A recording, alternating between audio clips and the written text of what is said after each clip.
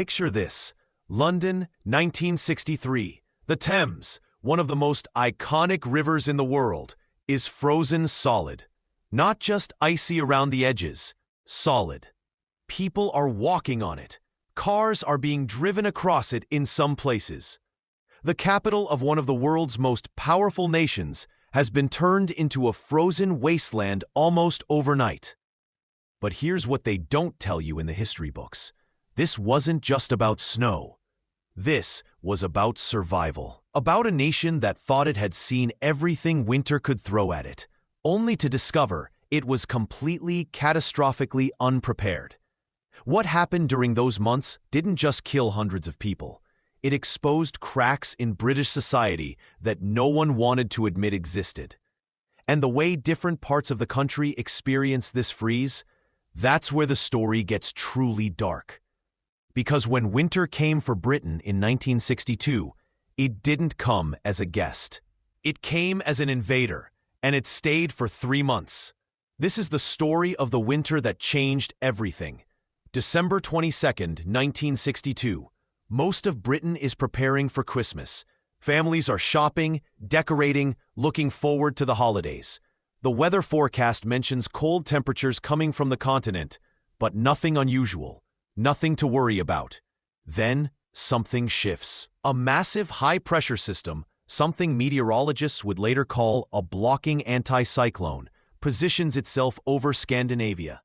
It creates a wall in the atmosphere, forcing freezing Siberian air straight across Europe and directly into Britain. Within 48 hours, temperatures plummet, and they don't stop falling.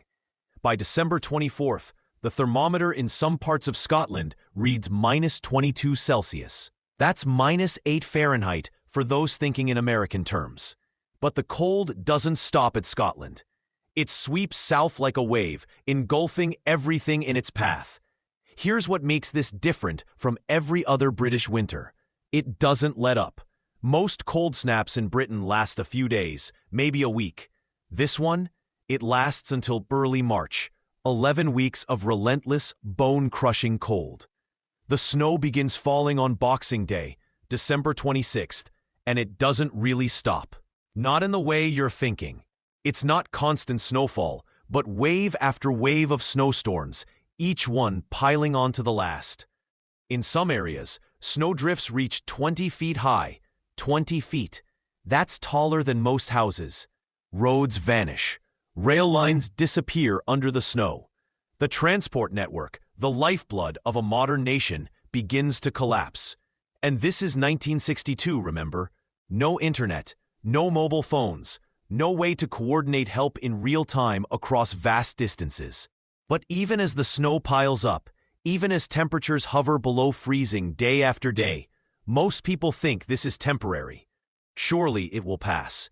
Surely Britain, a nation that survived the Blitz, that rebuilt after World War II, can handle a bit of cold weather.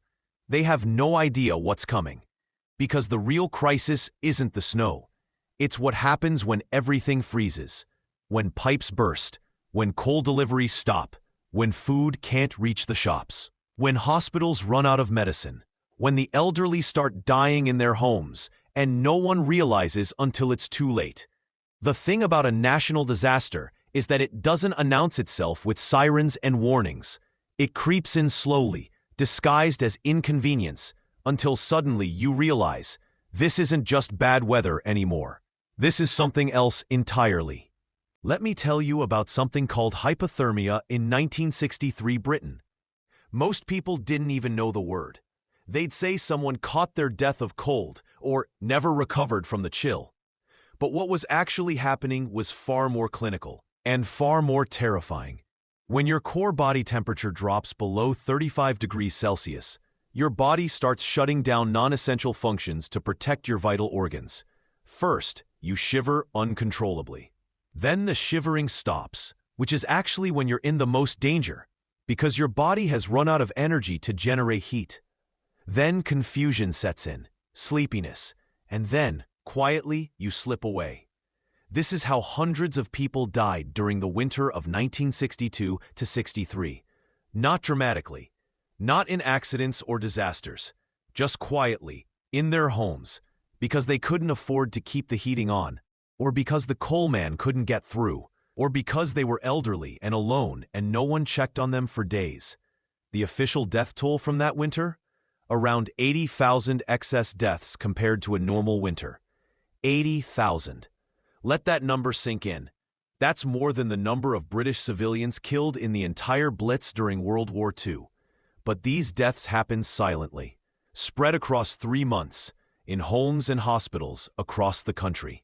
And here's what makes it worse. Many of these deaths were preventable.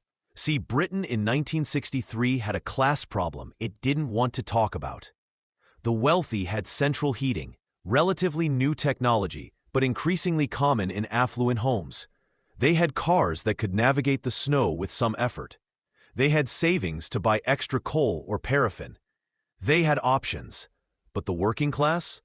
Many lived in old Victorian terraces with single glazed windows, no insulation, and heating that relied on coal fires, if they could afford the coal. When temperatures dropped to -20, these homes became death traps. The walls wept with condensation that froze into ice on the inside. The cold was so intense that bread would freeze solid if left on the counter overnight. Families huddled in one room, burning whatever they could find: furniture, newspapers, even floorboards in extreme cases. Children developed chilblains and frostbite. The elderly, particularly those living alone, simply gave up trying to stay warm and went to bed, hoping to wake up when spring came. Many never woke up. But even this doesn't capture the full horror of what was happening. Because while the cold was killing people directly through hypothermia, it was also triggering heart attacks, strokes, and respiratory failures at unprecedented rates. The stress of extreme cold on the cardiovascular system, combined with air pollution from millions of coal fires burning simultaneously, created a toxic environment. Hospitals were overwhelmed, not just with hypothermia cases, but with broken bones from people slipping on ice, car accidents from impossible driving conditions, and respiratory infections that, in the cold, turned deadly far more quickly than usual. And through all of this, there's one question that keeps coming up in survivor testimonies, in newspaper archives, in official reports. Why wasn't the government more prepared? Why did it take so long for effective help to arrive? To answer that, we need to understand something crucial: how different the experience of this freeze was depending on where you lived. Because while the entire nation was cold, the crisis played out in dramatically different ways in London versus the rest of Britain. And that's where things get really interesting. Here's something that won't surprise you. When disaster strikes, cities and rural areas experience it differently. But what happened during the winter of 62 to 63 wasn't just different. It revealed a divide so stark that it changed how Britain thought about itself. Let's start with London. Yes, the Thames froze. Yes, the snow piled up in the streets. Yes, Londoners suffered. But London had infrastructure. It had the underground, most of which kept running because the tunnels were insulated from the worst of the cold. It had multiple hospitals, ambulance services, and emergency coordination. It had newspapers and media that could raise the alarm. It had visibility. When pipes burst in central London, repair crews were dispatched quickly. When roads needed clearing, resources were concentrated there first. When food shortages began to appear, the capital's supply chains, connected to ports and distribution centers, were prioritized for restocking. This wasn't a conspiracy. It was just logistics and proximity to power. London was where Parliament sat, where the media operated, where the civil service coordinated the national response. Naturally, it got attention. But out in the countryside, in the small mining towns of Yorkshire, the fishing villages of Cornwall, the farming communities of East Anglia, that's where the winter revealed its true face. Take the village of Princetown on Dartmoor, already one of Britain's most isolated settlements. By January, it was cut off completely. 20-foot snowdrifts blocked every road in and out. No mail, no deliveries, no contact with the outside world for weeks. The villagers survived by rationing food, melting snow for water when pipes froze, and burning whatever they could for heat. Rescue attempts were made, but they failed repeatedly. Snowplows got stuck, Helicopters couldn't land in the conditions. The village became a frozen island, its inhabitants waiting for a thaw that seemed like it would never come. Or consider the coal miners in the north. Coal, the very fuel Britain needed to survive the winter, had to be mined in conditions that were becoming increasingly dangerous. Miners worked in freezing surface temperatures before descending into the pits. Above ground, coal couldn't be moved because rail lines were blocked and trucks couldn't navigate the roads. Mountains of coal sat frozen at pithead sites while people across the country ran out of fuel. The irony was brutal. Britain was sitting on vast reserves of the one thing it needed most, but couldn't distribute it. Farming communities faced their own nightmare. Livestock frozen to death in the fields. Sheep buried under snowdrifts. Some farmers didn't discover the full extent of their losses until the thaw in March revealed the bodies. Milk couldn't be collected. Eggs couldn't be delivered. The food supply chain, already strained, began to buckle. And here's what really underscores the divide. When London tabloids ran stories about the winter wonderland, with cheerful photos of children sledding in Hyde Park, newspapers in northern industrial towns were running obituaries by the page. The class divide was geographic as much as economic. The further you were from London, from power, from resources, the more you were on your own. Local communities banded together. Neighbors checking on neighbors. Village halls turned into communal warming centers. Local shopkeepers extending credit indefinitely because they knew people couldn't pay. But these acts of community resilience, as beautiful as they were, couldn't hide the fundamental failure. Britain's emergency response systems were designed for a different kind of crisis. They could handle localized disasters, a flood here, a factory explosion there. But a nationwide catastrophe that lasted 3 months? The system simply wasn't built for it. And when people finally started demanding answers, when members of parliament faced angry constituents, when newspapers began investigating why the response was so inadequate, the question everyone kept asking was, where was the government? Where was the crown? What were the people in power actually doing while Britain froze? January 15, 1963, Harold Macmillan. The Prime Minister is facing increasing pressure in Parliament. The opposition is hammering him daily. Why isn't more being done? Why are supplies not reaching isolated communities? Why are people dying? Macmillan's response is telling. He emphasizes that Britain must maintain calm and carry on, that the situation is being closely monitored, and that local authorities are best positioned to coordinate relief efforts. Translation: the national government was largely deferring to local councils and emergency services, many of which were overwhelmed and under-resourced. But here's what was happening behind the scenes. There was genuine uncertainty about what the government's role should be. This was peacetime. Britain wasn't at war. The idea of declaring a national emergency, of mobilizing the military en masse, of implementing centralized resource distribution, these were seen as extreme measures that might cause panic or seem authoritarian. So instead, the response was fragmented. The Ministry of Transport worked on clearing major roads. The Ministry of Health issued guidance to hospitals.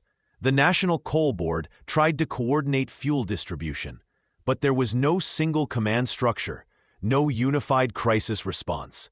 The military did eventually get involved, and when they did, they proved remarkably effective. Army units with tracked vehicles began reaching cut-off communities, delivering food and medicine. The RAF conducted helicopter rescues in the most extreme cases. But this didn't happen at scale until late January, more than a month into the crisis. Why the delay? Part of it was British cultural reluctance to appear alarmist. Part of it was genuine uncertainty about legal authority. Could the government compel certain actions without declaring martial law? Part of it was simple bureaucratic inertia. The peacetime civil service wasn't designed to pivot rapidly to crisis management. Now, let's talk about the royal family. Queen Elizabeth II was at Sandringham for much of the worst period. This was standard, as the royals traditionally spend Christmas and New Year there. The palace released statements expressing concern for those affected by the weather. The Queen and Prince Philip made charitable donations to relief efforts. But there was no royal broadcast, no dramatic national address, no visible mobilization of the crown's moral authority in the way that might happen today. This wasn't callousness, it was protocol. The monarchy's role was ceremonial. Direct intervention in government policy wasn't how things worked. Yet this restraint would later be criticized. Some historians argue that a royal address in early January calling for national unity and sacrifice, highlighting the plight of isolated communities, might have galvanized a stronger response. Others defend the decision, noting that the monarchy intervening in operational governance could have set a dangerous precedent. What's undeniable is that for many ordinary Britons struggling through the freeze, it felt like the powers that be, both political and ceremonial, were distant, slow, disconnected from the reality on the ground. And this perception had consequences. The winter of 62 to 63 contributed to a growing sense that Britain's establishment was out of touch. Within a year, the Macmillan government would be rocked by the Profumo scandal and eventually fall. The idea of never again, that Britain must be better prepared for national emergencies, began to take root. But none of this helped the people dying in January and February of 1963. All the parliamentary debates, all the official expressions of concern, all the bureaucratic processes, none of it could change the fundamental reality. It was still freezing, supplies were still running short, and people were still dying. The question everyone was starting to ask was, when will this end? And the terrifying answer, as February arrived with no signs of a thaw, was, nobody knows. March 6, 1963. Something changes. The blocking anticyclone that has held Britain in a frozen grip for 11 weeks finally shifts. Warmer Atlantic air begins to flow in from the west. Temperatures rise above freezing for the first time since Christmas. You'd think this would be cause for celebration. Finally, relief. Instead, Britain faced a new crisis: flooding. 11 weeks of snow, feet upon feet of it piled across the entire country, began to melt all at once. Rivers that had been frozen solid suddenly swelled with meltwater. Drains blocked by ice couldn't cope with the sudden influx. In low-lying areas, particularly in eastern England, the flooding was catastrophic. Towns that had survived the freeze now found themselves underwater. Homes that had made it through the winter were destroyed by flood damage. Farmers who'd lost livestock to the cold now watched their fields turn into lakes, ruining any chance of spring planting. The infrastructure damage was staggering.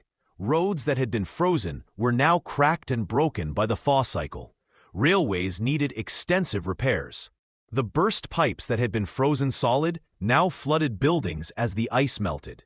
The repair bill was estimated at hundreds of millions of pounds, billions in today's money.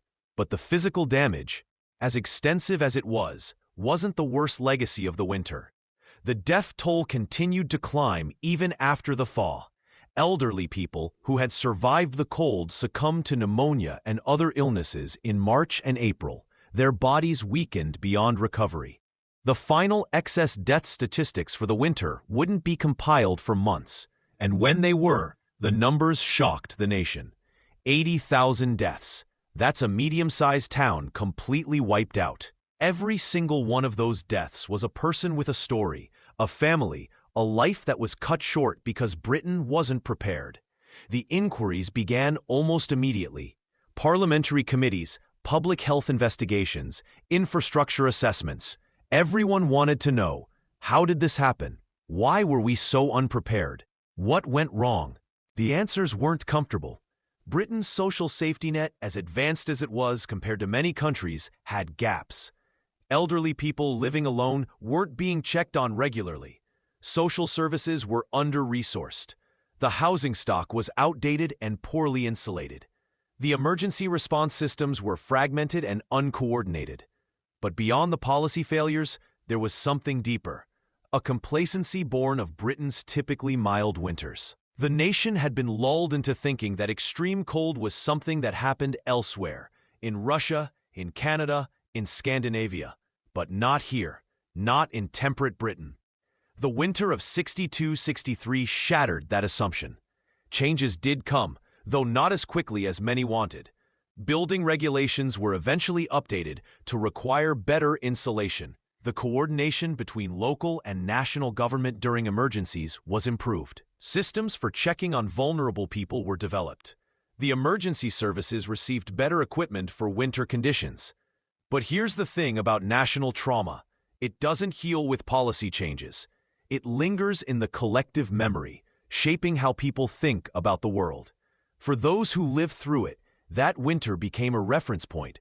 Worse than 63 became the standard for measuring harsh winters. The experience was so profound that it appears in memoirs, novels, films, and songs. It changed how Britain thought about itself, less invincible, more aware of its vulnerabilities. And now, more than 60 years later, we're still talking about it, still learning from it, still asking, could it happen again? Here's the uncomfortable truth. Britain in 2024 is not substantially better prepared for a winter like 62-63 than it was then. Yes, we have better forecasting. Yes, we have better insulation in some homes. Yes, we have more coordinated emergency services. But we also have an aging infrastructure, an energy grid under strain, and thousands of elderly people living alone with inadequate heating. We have a society that's more connected digitally, but often more fragmented in terms of community support. We have climate change creating more unpredictable weather patterns. If a similar blocking anticyclone settled over Britain today and stayed for 11 weeks, the death toll might not be 80,000, but it wouldn't be zero either, and that should concern us.